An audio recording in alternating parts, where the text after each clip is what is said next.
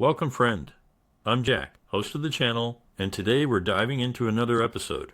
Pour yourself a drink and get comfortable, because I've got a powerful story coming your way. If something hits deep, drop your thoughts in the comments. Let's get into it. Growing up, life threw me curvy balls. My early years were a chaotic mix of struggles and fleeting joys. My family wasn't well off, and our neighborhood wasn't the safest. Despite the hardships, I learned resilience and the importance of finding small joys amidst the chaos. My childhood taught me survival and the value of genuine connections, laying the foundation for my perseverance later in life. As I entered adulthood, those lessons became even more relevant. I navigated various jobs, striving for stability and purpose. Relationships came and went, each teaching me about trust, betrayal, and self-worth. By my 30s, I had a clearer understanding of myself and my goals, yet nothing prepared me for the whirlwind of events leading me to the brink of a new chapter in life. A scream of pain echoed in my mind. My scalp throbbed, and my skin felt like it was being pricked by needles. I tried to open one eye, but the brightness felt like a supernova piercing my brain like a runaway freight train driven by a furious, possibly inebriated Nathan. A horrible screeching sound built up, like cat nails on an endless chalkboard. Sweet Jesus, Buddha, Shiva, anyone. I muttered. I retched but had nothing left to vomit. The screeching coalesced into something recognizable as a human voice. I forced my eyes open and tried to understand the blurry form above me. Shutting my eyes and reopening them, I saw a pair of feet in pink toenail polish and cotton candy slippers. Okay, a woman's feet, I thought. Probably not Roy from Trailer 6, who sometimes liked to feel pretty when drunk. These feet were too small, lacked toe fungus, and were attached to well-formed legs without his moles or Rick Astley tattoo. The voice began making sense in Spanish, but my limited Spanish from Sesame Street didn't cover what was being said. I caught words like 32 donkeys and your grandmother, likely not an invitation to a Tupperware party. Realizing I was lying on my side in the trailer park's white gravel dust, I pushed myself to sit, dry heaving from nausea and a massive headache. The screeching stopped, and the feet jumped back. I looked up to see things had worsened. Isabella Ramirez glared at me, clutching her pink robe and pointing accusingly. Her chihuahua stood ready to attack. Most avoided Isabella. Roy called her the angriest woman on the planet. I avoided her since she reacted to my friendly greeting as if I had tried to kidnap her. Along with court notices, lawyer bills, parole supervision fees, and utility final notices, I got an earful from her. Giving up, I turned and walked away, which only fueled her fury. Despite avoiding her, I enjoyed watching her outside in her transparent pink robe, brightening my otherwise bleak existence in our mostly abandoned trailer park. She drew herself up and launched into me again. Ignoring her, I struggled to my feet, pushing an umbrella off. She stopped, looked me over with disgust, and switched to English. "What the hell is wrong with you?" I looked down and saw I was standing in the rose bushes outside her trailer, which explained the pain. More troubling, I was unclothed and painted green, white, and red. A small crowd, including Roy in overalls, Maisie looking like Danny DeVito in drag, and Dale and Tony in matching sweats with 5 o'clock shadows, watched with amusement. I grabbed an umbrella to cover myself, sending Isabella's chihuahua into a barking frenzy. "You scared my little Liam," Isabella snapped. "Pick up the dog," I shook my head, regretting it immediately. "Liam? Who names a chihuahua Liam?" "She likes Liam Hemsworth," Maisie chimed in, fanning herself. "I prefer Chris Hemsworth, but I wouldn't kick Liam out of bed for eating cookies, if you know what I mean," Maisie added. Isabella's shriek made me cringe, expecting the glass to shatter. The maintenance guy who could fix windows had disappeared a while ago. Isabella, pointing at me, demanded, "You think that's funny?" "No," I replied. "Chris and Liam would be horrified," Maisie huffed, folding her arms. "Not what I meant. You—" She clarified. Isabella launched into another Spanish tirade, likely not a history lesson. Her robe fell open, revealing she wore nothing underneath. The chihuahua pawed at her, pulling the robe further open, showing off a well-groomed heart shape. "Never seen a naked woman before?" Isabella snapped. "Not many built like you. I love the heart," I replied. She closed her robe, annoyed. "Clean your vomit out of my rose bushes. A hole." I looked down at the mess. "I'll get to it this afternoon." "Yeah, right," Isabella replied, disbelieving. You stole my heart, I said, nodding at her robe flapping open. She tried to close it, exposing a nipple before covering up again. What? She questioned. Nothing. I'm staying until the show is over, I said. She growled and stormed off, her robe flying up to reveal her bare bum. The crowd dispersed, leaving Roy, Maisie, and me. That's quite a woman, Roy muttered, scratching himself. For God's sake, Roy, she's half your age, Maisie said. Yeah, she is, Roy grinned. Pervert, Maisie retorted. Yep, Roy agreed, still looking where Isabella had disappeared. Hey, Maisie, I called, still watching where Isabella had disappeared. Jack, is it Sunday? It's Sunday, Maisie confirmed. Good, then I'm not late for work, I said. Maisie looked puzzled.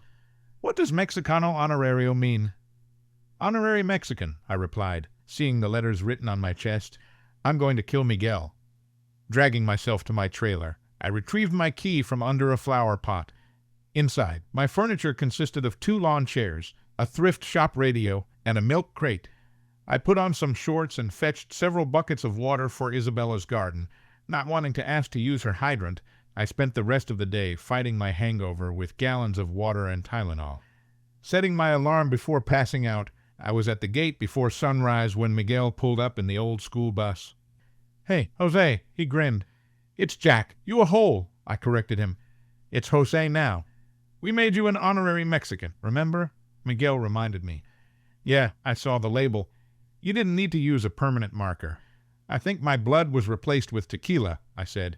Miguel nodded. You left me at the gate naked, I accused him. You had a sombrero, he said smugly. I glared as I sat behind him. I woke up in Isabella's garden. Is that a metaphor? 'Cause I bet a rose garden is amazing, Miguel joked. No, idiot. I threw up on her actual roses, I clarified. Lucky you're alive. She has a crazy temper. Her ex-husband cheated, and she stabbed both him and his mistress. She's dangerous, Miguel explained. Why'd you do that to me? I asked, still annoyed. Honor. You're the first gringo crew boss who doesn't think we steal everything, he answered. We're harvesting tomatoes. What is there to steal? I questioned. It's pronounced Jesus. We like your common sense. It's rare, Miguel said. Though I was technically the crew boss, Miguel ran everything. I just stayed out of the way and picked tomatoes with the others. You could be the boss, you know, Miguel suggested. No way. I need you to take the blame if anything goes missing, I replied. He repeated this in Spanish to the crew, making them laugh all the way to the fields. 3 hours into our 14-hour day, my parole officer showed up. Jack, just checking in to make sure you made it to work, Pine sneered. I'm here, I replied. It's a miracle you know the difference between a parolee and an inmate.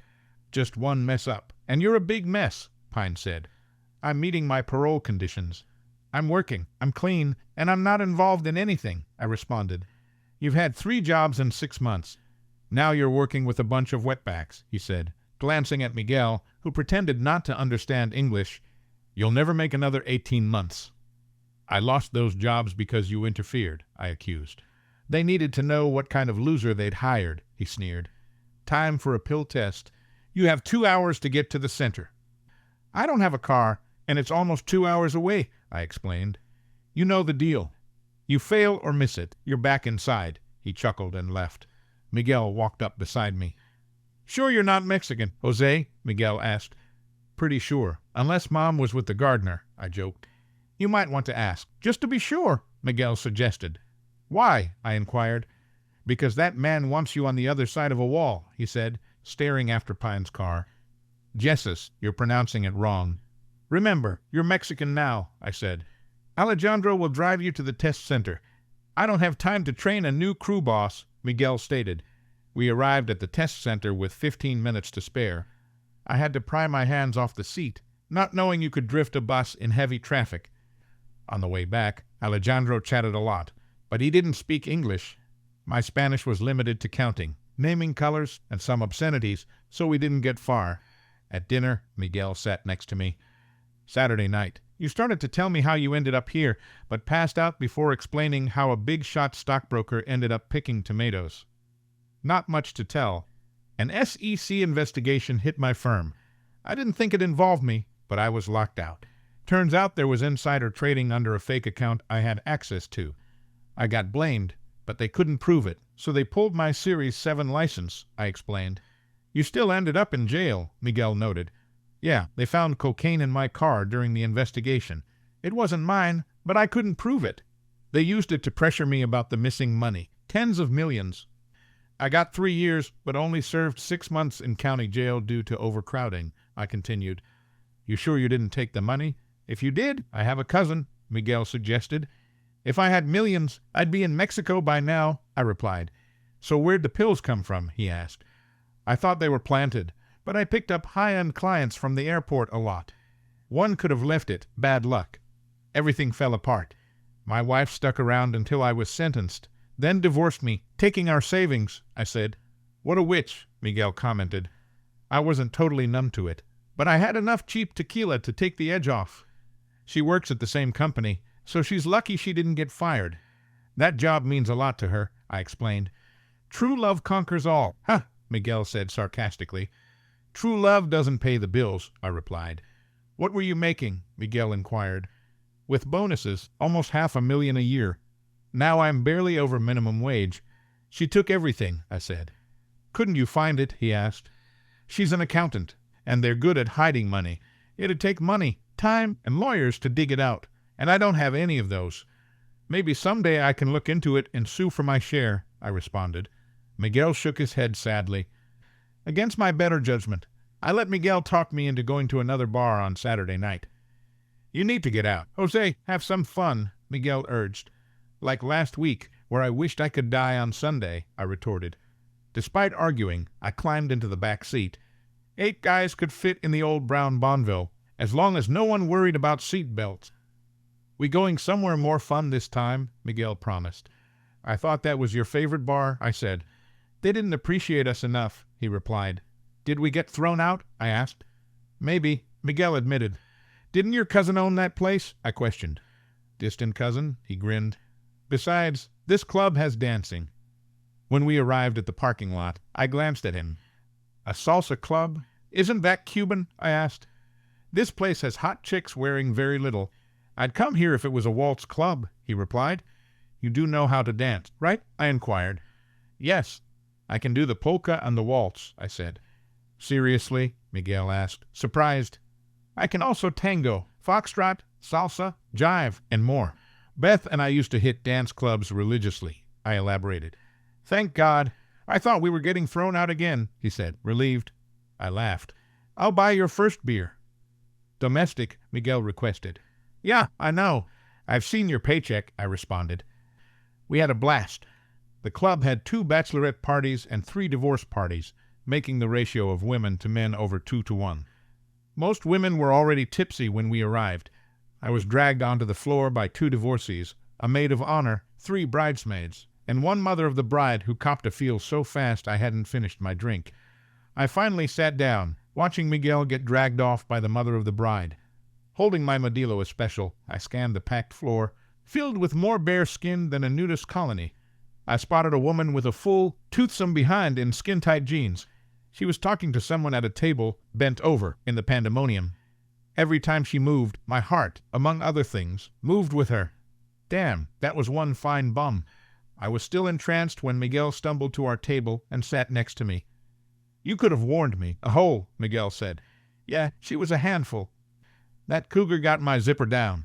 She mentioned she was divorced like 6 times, he replied, pausing to follow my gaze. Damn, that's some fine. He stopped as the woman straightened and looked at us. Isabella's eyes narrowed as she approached. Miguel raised his hands. Hey, man, I just got here, he said loudly enough for Isabella to hear. She ignored him and came right up to me. What do you think you're staring at, you pervert? Isabella demanded. I was about to apologize when a giggling woman in a toy bridal veil fell into the table, dragged by her maid of honor. The maid of honor with a pink sash grabbed my arm. She needs to dance with 5 more guys, the maid of honor insisted. I was pulled to my feet and gestured helplessly to Isabella. I'll be back. The bride, less drunk than her bridesmaid, seemed uncomfortable with the game. I tried to be a gentleman. I didn't make it back to the table for 3 more dances, intercepted by another bride, another maid of honor, and a very pretty trans woman who saved me from the cougar. At least dancing with her wasn't like dancing with an aroused octopus. I was heading back to the table when a hand grabbed mine, pulling me back onto the dance floor. "Were you ever coming back to your table?" Isabella glared at me as we started to dance. She seemed less angry than before. I tried. "I had a cold beer back there, but it's probably warm by now," I said. "No, I drank it. I was waiting for you to come back and apologize," Isabella responded. Any inclination to apologize vanished.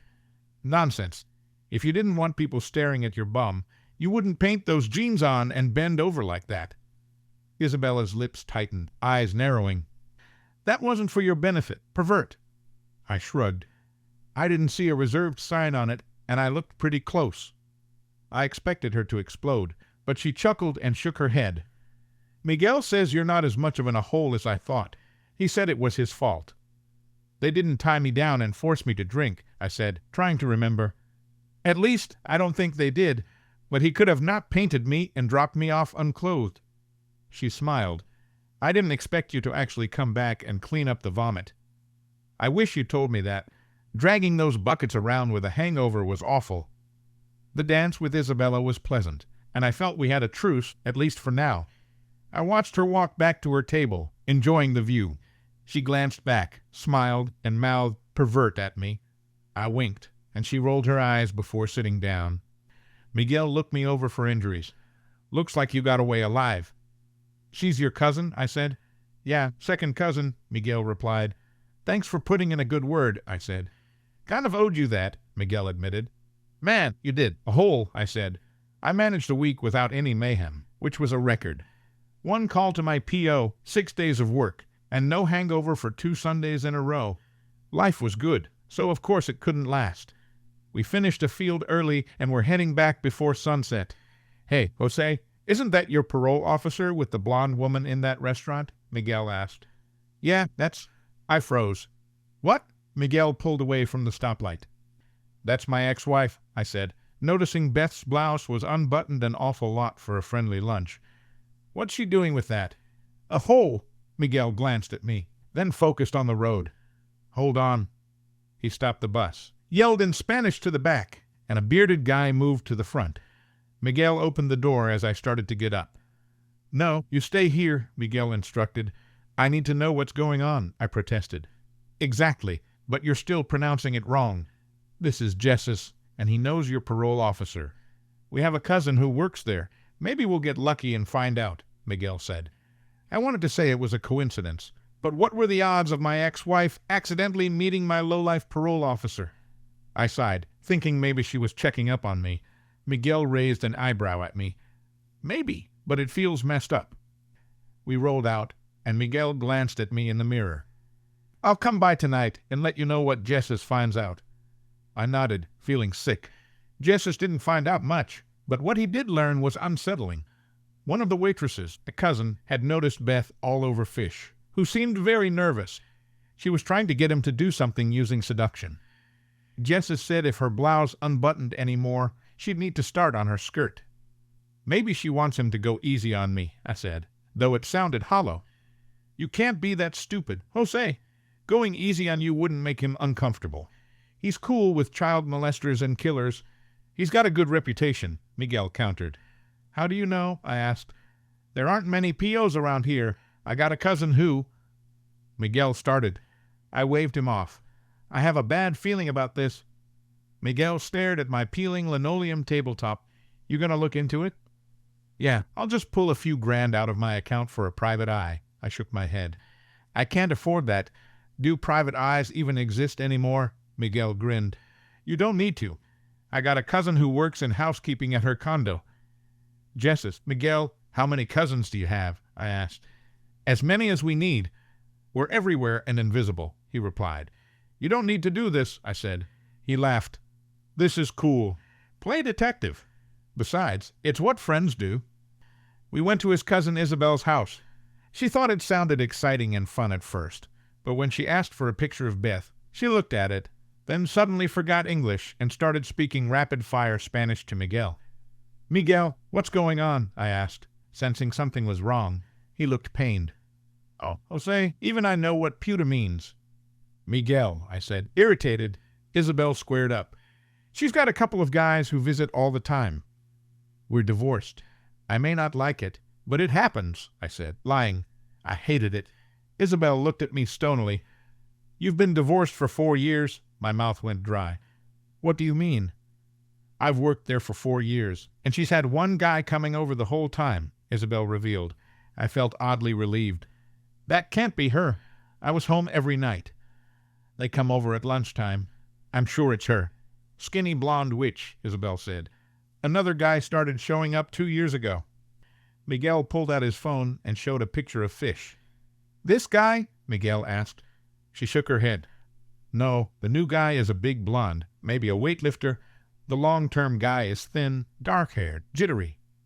You gotta be kidding me, I said, trying to sit but ending up on the floor. That sounds like Alan Voorhees from accounting. Crap? Isabel looked at me sadly. You didn't suspect. How could I? Her office is 5 minutes away. Mine was 40 minutes in good traffic, I explained. Miguel grabbed my shoulder. You're not going to do something crazy, right? You'll break your parole. I shook my head. Go after them? My martial arts training is walking into spiderwebs and going full kung fu theater. I can't afford a pie, and screwing around isn't illegal. There's nothing I can do. Miguel shrugged, knowing I was right. I expected Fish to show up with more demands, but he didn't. 2 weeks later, just as we were near the city limits, Miguel got a call. He cut across 3 lanes of traffic and sped back to the trailer park. He stopped directly in front of my trailer. Isabella, in her skimpy pink robe, stood cross-armed, glaring at Fish. Roy and Maisie watched, fascinated. I barely stepped off the bus before Isabella shifted her attention to me. Did you give this idiot permission to go into your trailer? He came in right after the bus left, Isabella demanded. It's a condition of parole, Fish said, glaring. You have no expectation of privacy. Yeah, but you need reasonable suspicion. Otherwise, it's harassment. I read the terms. I can ask for another officer to be present, I countered. His lip twitched. That's for female parolees who want a female officer. It doesn't say that. It just says I can have one. I decided to drop my bomb. What did Beth want? His face paled. I don't need this. He turned and walked to his car. I followed. What's going on? Fish, I asked. He opened the door and looked at me, visibly aged. How would I know? He slammed the door, started the car, then rolled down the window. I'm transferring you to Anderson. I don't want any part of this. Part of what? Damn it, I shouted. He flicked something out the window and stared at me. Your ex-wife wants you back in prison. Watch your back. She'll do anything.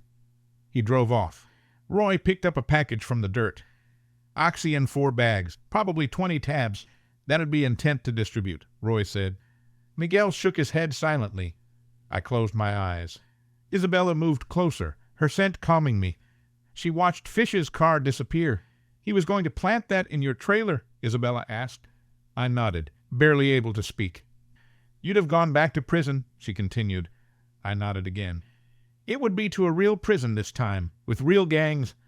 I shivered, and Isabella grabbed my arm. Are you okay? She asked softly. Not really, I admitted. Why does your ex want you in prison? You're not stalking her, right? Isabella asked, concerned. I don't even have a car. Miguel drives me everywhere. How could I stalk her? I replied, trying to focus. Somehow Isabella holding my arm helped me focus. Something's going on, but I don't know what. We're divorced. She got everything, and I haven't been near her. I took a deep breath and told Isabella how I ended up divorced and on parole. She looked puzzled. She tried to screw that guy into putting you in prison? Isabella asked incredulously. Seems like it, I confirmed. She must really hate you, Isabella said, shaking her head. I didn't do anything. She was the one cheating, and I didn't even know it, I said, feeling the weight of it all. Isabella's lips twisted attractively. You didn't have to do anything. She might blame you for her actions. Women, you know. Her big brown eyes locked on mine. He's right. You need to watch your back. She hates you that much and isn't stopping now. I felt exhausted. The idea that Beth hated me was sickening. I looked at Miguel. Do you have any cousins in Bergman Towers? That's where Beth works, I asked. He grinned. What can I say? Man, we're everywhere. I'll also tell Isabel to get pictures of any visitors she gets at home. Miguel said. Maisie, wearing Roy's overalls, peered at Fish's disappearing car. Roy and I will keep an eye on your trailer, but you should install a latch with a padlock, she suggested. I felt Isabella let go and turn to her. You called Miguel? I asked. She nodded. You saved me, I said gratefully. She looked uncertain for a second, then smirked. You spend all your time watching my bum. I figured I could watch yours for a change, she teased. Miguel rolled his eyes. Yours is a lot more interesting than his, he quipped. Isabella looked up. God, I hope so. If it isn't, I spend too much time at the gym. She winked and slapped her bum. I blinked and dragged my eyes back to hers. Where do you work anyway? I asked. Crestridge Medical Center. I'm an LPN. Pay isn't great, but the insurance is good, Isabella replied. I pretended to study her bum. And it obviously has a great gym, I commented. She smiled smugly and wiggled a little. Damn right, she said. Miguel looked at the bus. We got a field of tomatoes waiting. Jose, he reminded me. I nodded. Yeah, thanks again, Isabella. You saved me, I said. I'm glad I could help. Let me know what's going on, okay? She said. She walked away toward her trailer, letting the wind play with her robe. Wow, Maisie muttered, scratching herself through the overalls. Sop that up with a biscuit. Roy rolled his eyes. For God's sake, she's half your age, Maisie grinned. Yeah, she is, Roy muttered. Yep, Maisie replied with a satisfied nod.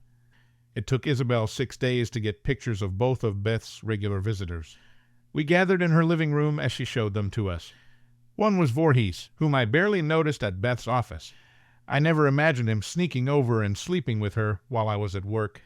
The other guy was a mystery, big, blond, with a crew cut, wearing a decent suit and carrying a briefcase. I didn't recognize him at all. Miguel looked at me. I shook my head. Nothing. Maybe he works for your old company, Isabel suggested, clearly enjoying her spy role. No, I've never seen him, I replied. What about at your wife's office? Isabel asked, eager to continue the investigation. I visited there a few times. I recognized Voorhees, didn't I? The brokers were in my building, but the support staff was in the headquarters, I said. Miguel looked disappointed. I have a cousin who does security there. Really? I was starting to think Miguel's family tree was enormous. He nodded, frowned, and pulled out his phone. Let me text him, he said. Seconds later, he had a response. We can drop by, and he can take a look. As we headed out, Isabel's husband spoke quietly to Miguel, who chuckled softly. Isabel's husband wants us to keep investigating, Miguel said. Why? He hasn't even been involved, I asked, puzzled. Isabel enjoys it. She's more energized when she gets home from work now, Miguel explained. Wait, so she's... I began. Yeah, she's had a fantasy about being a detective. She even bought handcuffs and a fingerprint kit, Miguel said, grinning. Stop. I don't want to know, I interrupted. Miguel laughed. But it's really... Dear God, Miguel, just stop, or I'll tell you about Roy and Maisie and the spatula, I warned. That's nasty. You win, Miguel conceded. We arrived at a small apartment building. Miguel led me to the 3rd floor and knocked on a green door. A powerful red-haired giant opened it. Jose, this is my cousin Bjorn. He manages the security team at your ex-wife's building. They hired him from the NYPD, Miguel introduced. Miguel, he doesn't look very Mexican, I said, puzzled. Yeah, well, he's Norwegian, Miguel explained. Swedish, Miguel, Bjorn sighed. Yeah, Boer. Swedish, Norwegian, Finnish, whatever, Miguel shrugged. Bjorn waved us in with a smile. Miguel's still mad about that FIFA match last year. Oh, not that again. You got lucky once, Miguel retorted. Bjorn looked thoughtful. Got lucky on a $100 bet. Get lucky with your sister. Man, Miguel shot back. She's taller than me. She'd have to hold you by the feet and use you like a toy.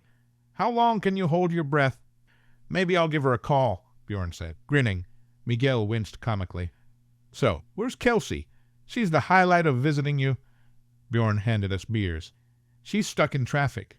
Had a gig on the east side. Miguel pointed to a picture of Bjorn with a cheerful, pale woman. Kelsey's a clown. Like, a real one. Went to clown school and everything. Academy. It's Clown Academy, Bjorn corrected. She's a medical clown now, working in children's wards at hospitals. I met her in New York when she was a busker doing street magic. She got stuck there when her circus shut down. I arrested her." "Seriously?" I sipped my beer, intrigued. "Yeah, she fought with a mime, and I had to arrest them both," Bjorn said. Miguel snickered. "Did you keep a straight face when you told the mime he had the right to remain silent?" "It took 3 tries. Then I searched Kelsey, found a dozen balloon animals, rubber chickens, a joy buzzer, 6 giant lollipops, 2 bulb horns, and about 50 yards of handkerchiefs tied together. The last one had a red lace strip tied to it. It took 15 minutes and drew a huge crowd. She made nearly $600 in tips. Hell of a way to meet." I savored another sip. "Yeah, she found me on duty a few days later, gave me her number, and demanded a date." The door opened, and a cheerful clown walked in. Not creepy, but bouncy and cute. "Hey, Miguel, nacho cheese Doritos," she grinned at me. "It's the only Spanish I know." Her silliness was infectious, and I laughed. She leaned over and studied me intently. "Bjorn giving you some line of nonsense about me?" she asked, raising her hands. "He tells everyone I'm a clown." "You are in clown makeup and carrying a rubber chicken," I pointed out. She held up the chicken. "Dinner, and maybe I overdid the eyeshadow this morning," she deadpanned, then grinned. "Anyway, it was only 43 handkerchiefs, not 50, and he loves the clown thing." She spun into a pirouette and slid into Bjorn's lap. "Don't you, babe?" He kissed her, and she spun out of his lap. "Be right back. Gotta get the makeup off." Bjorn watched her leave, then turned serious. The text sounded urgent. "What's up?" "Jose has a problem. Someone is trying to set him up, and he doesn't know why," Miguel explained. Bjorn eyed me. "He looks more like a Joseph than a Jose to me, Miguel." I corrected him.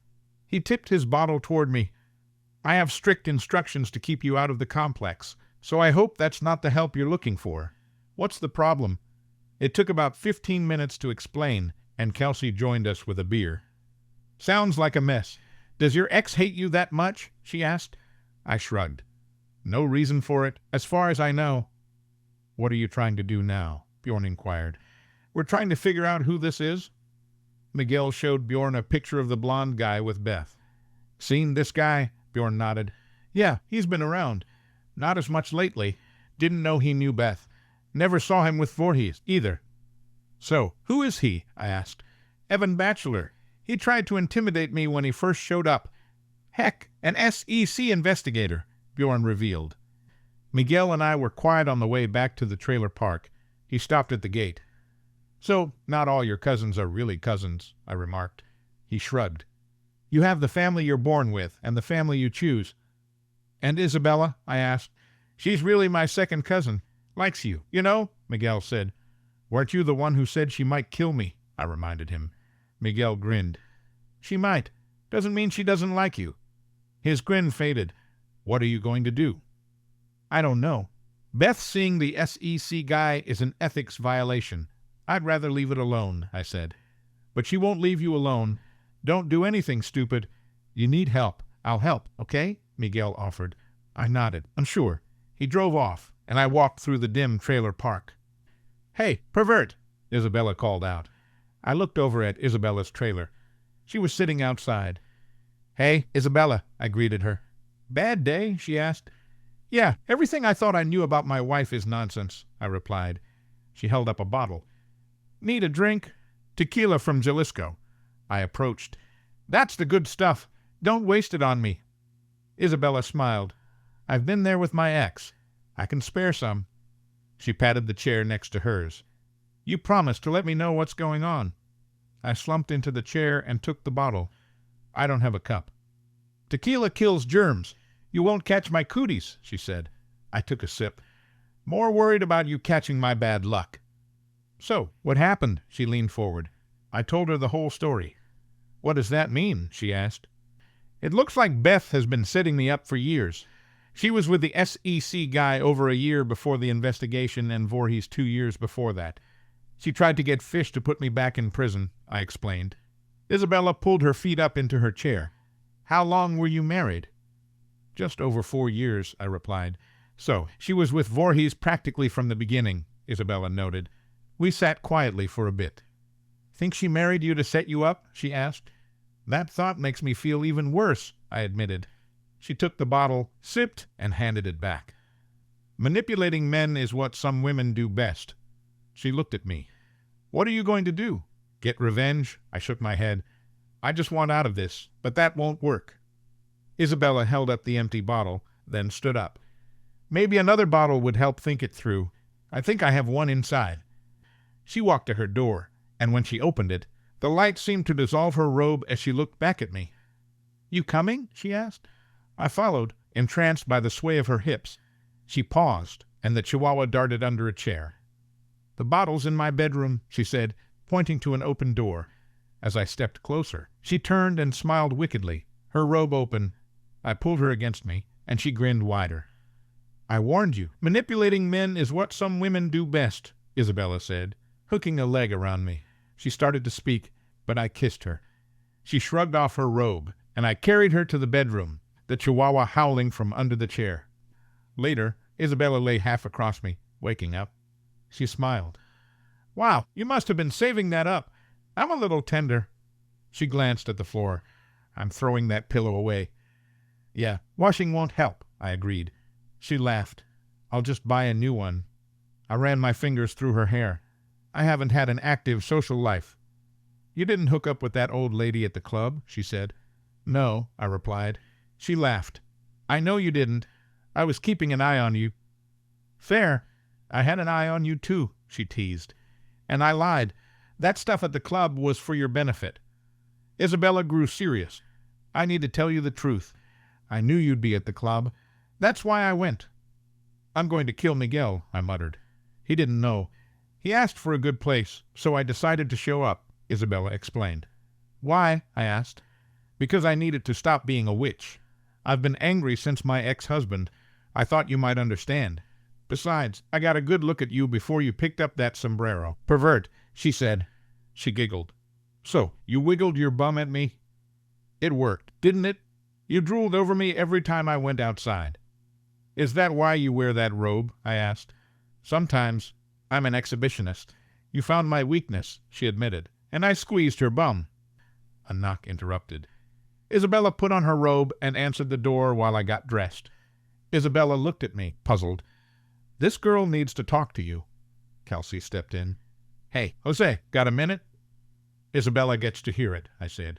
Okay, Kelsey sighed. But this doesn't go to Bjorn, okay? I nodded. When the circus went bankrupt, I was screwed. I started street performing and small cons like 3-Card Monte, Kelsey began. Bjorn said you did street magic, I noted. Toughest kind. Just you and the marks. No stage sets, no assistants, she grinned. I was good at it. Isabella asked. What does that have to do with everything here? Kelsey blew out a breath. I heard stuff about big cons and helped on a couple. Bjorn thinks he rescued me before I got in too deep, and he mostly did.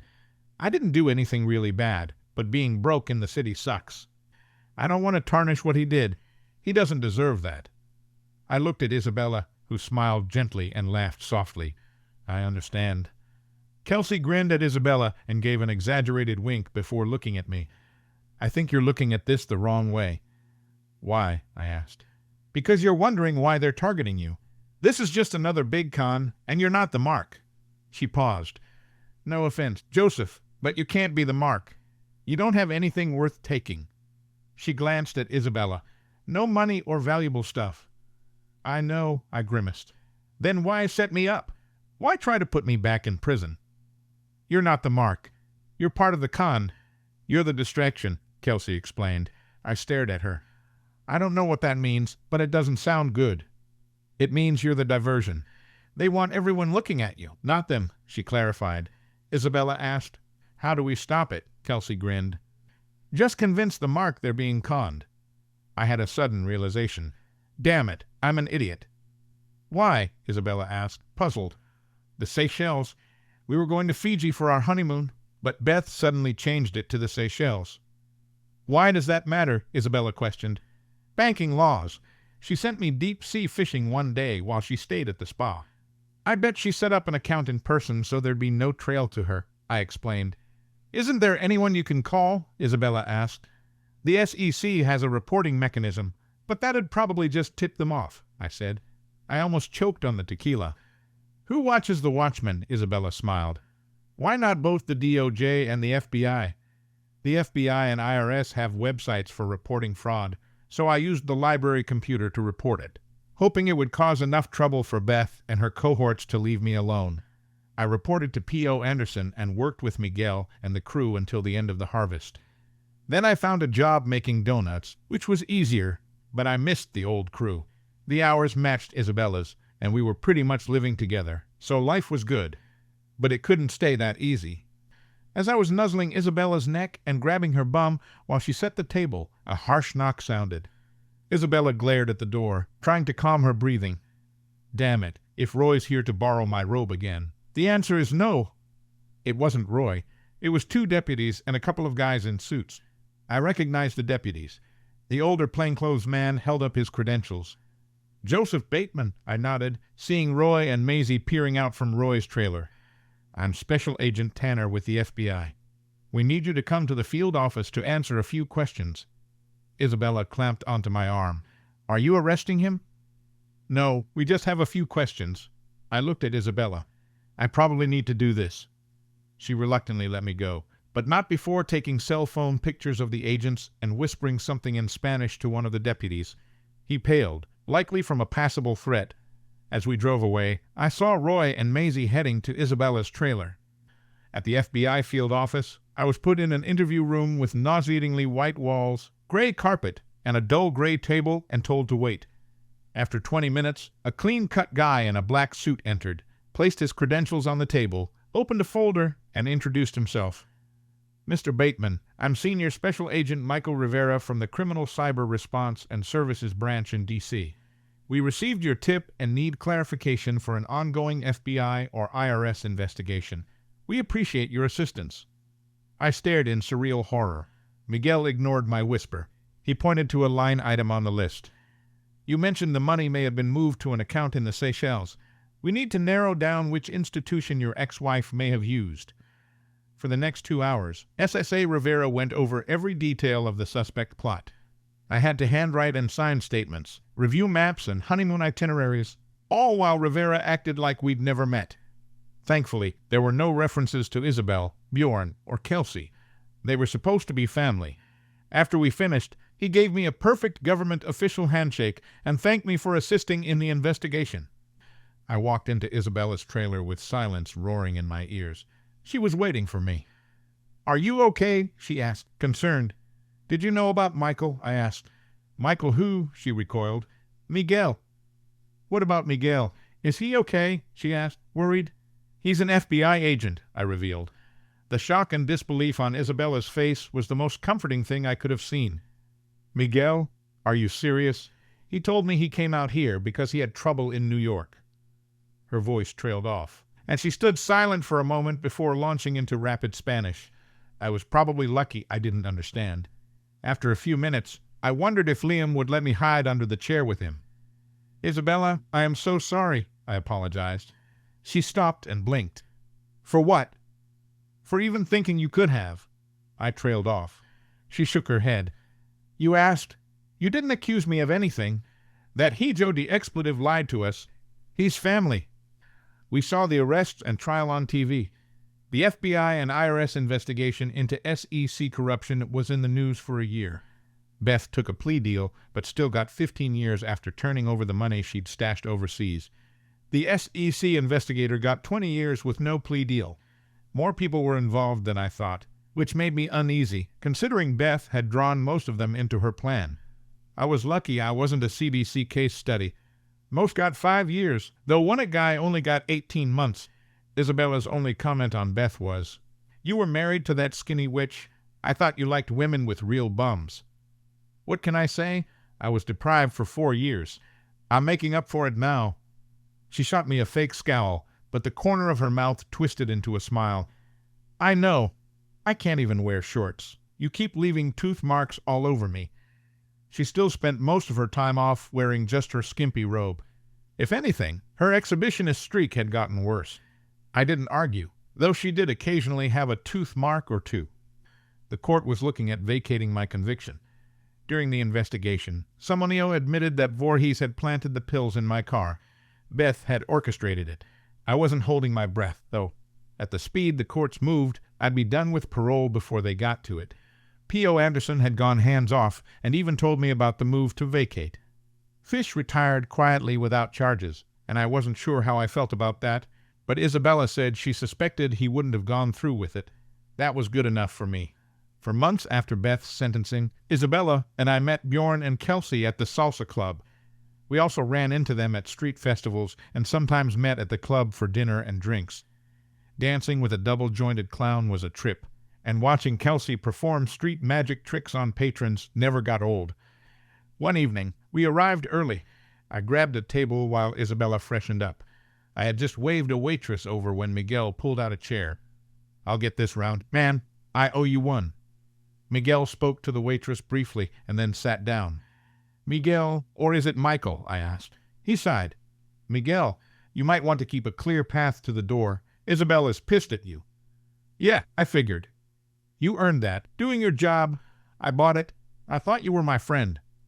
"You're good. Lots of training. Bjorn told me he suspected something. He just didn't think FBI. He thought maybe State Narcotics Task Force," I said. "I wasn't even there for you. You know, we had an op running but came up empty.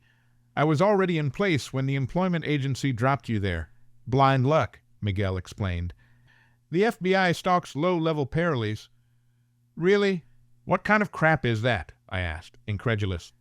"Everyone was convinced you had the money hidden. Probably 6 agencies watching, waiting for you to run."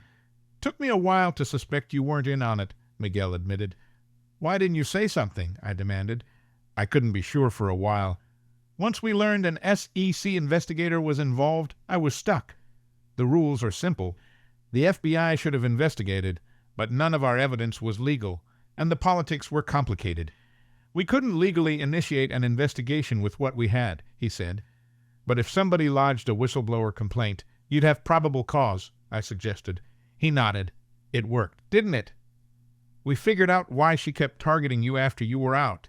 You were supposed to be the fall guy, but they didn't realize that there wasn't enough evidence to really railroad you.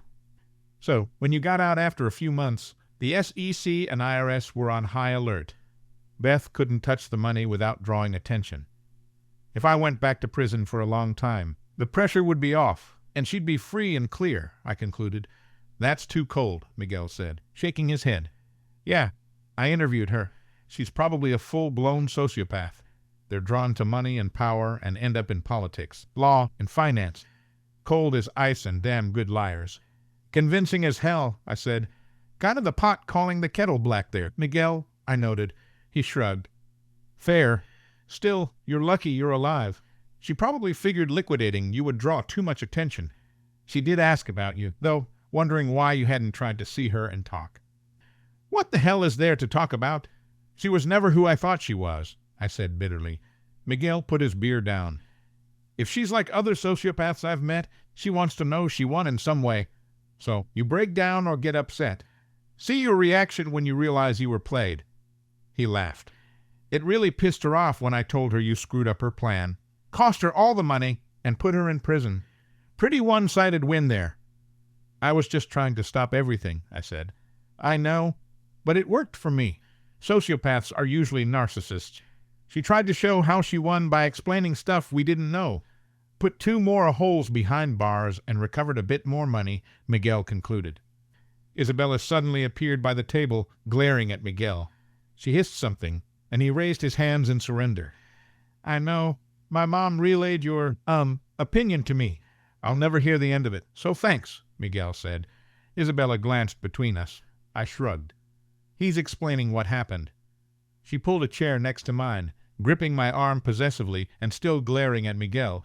He took a sip of his beer. "What else do you want to know? How many people were involved?" "Are you sure you want to know?" Miguel asked, frowning. 10, but 2 were women. 11 if you count the it geek who botched the frame job on you. He only got a few expletive in the server room.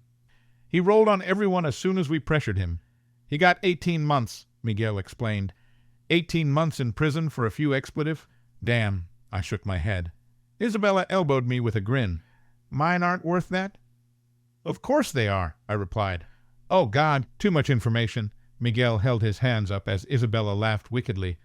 Things got quiet, the joking reminding us of how close we'd been. I turned my beer bottle a few times. "What do you want, Miguel?" I asked. I wanted to set things right. "Family, you know," he said. I had bitter replies in my head, but let them go. "Are we Jose and Miguel?" "Yeah, cousins. Michael and Joseph." "Not so much," Miguel replied.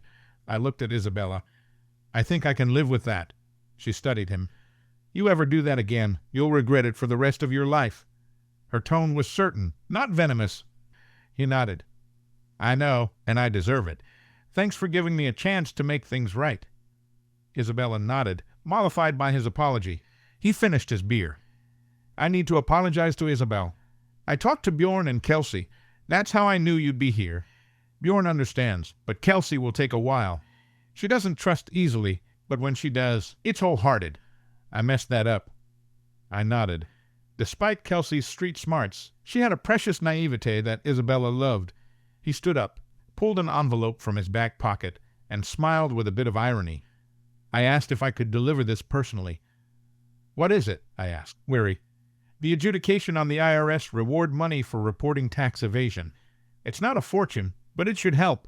It's a percentage of the taxes owed on underreported income, minus taxes and other deductions, but it'll help you get back on your feet," he said. He paused. "If they vacate your conviction, will you go back to your job?" I shook my head. "No, there will always be suspicion. No one would sponsor me for a Series 7 again. The donut shop owner is thinking about selling. I'm managing it now and looking into bank loans. It's affordable, and the profits are good," Miguel snickered. "A big-shot donut shop owner? Jesus." "You're saying it wrong. He works at the shop. I hired him in Alejandro," I corrected. "Still, hard to picture," Miguel said. "Money is just money, Miguel. I have family now," I said. I saw a flash of pain before he walked away. I opened the envelope and sorted the papers. The total was over $500,000. I showed it to Isabella. She smiled. "No problem buying the donut shop now, and we can get you a nicer engagement ring." She studied her quarter-carat ring. "No, I'm keeping this one. You worked hard to save up for it. That means a lot more." I squeezed her thigh. "What are we going to do with the money left over after buying the shop?" She looked up. "There are a lot of empty lots in the trailer park. Maybe we could get a double-wide trailer with a big deck to have everyone over, like Roy and Maisie. Maybe even Miguel. In a month or two." She looked at the door. I nodded. "With a barbecue grill, patio furniture, and a good stereo system." "That sounds about right." Isabella leaned against me. "Maybe we could make one of the rooms a nursery, in the future." Her voice was measured, but I heard her uncertainty. "Maybe not too far in the future." "Okay, maybe get a 4-bedroom one." "You never know," I said, trying to reassure her. Isabella sighed. "Maybe I'll be the one leaving tooth marks on your bum tonight," she teased. "Pervert," I said, and she giggled. "You better believe it," Isabella replied. Thanks for hanging out with me on today's episode, brother. I'm Jack, host of this podcast, and it's great having you here. If today's story hit home, send it on to a buddy who might need it. Remember, we're all in this together, turning life's curvy balls into wins. If you have an opinion or story to share, then drop a line in the comments section. Don't forget to subscribe and hit the bell so you don't miss out. Until next time, keep your chin up and keep pushing forward. Stay strong, folks.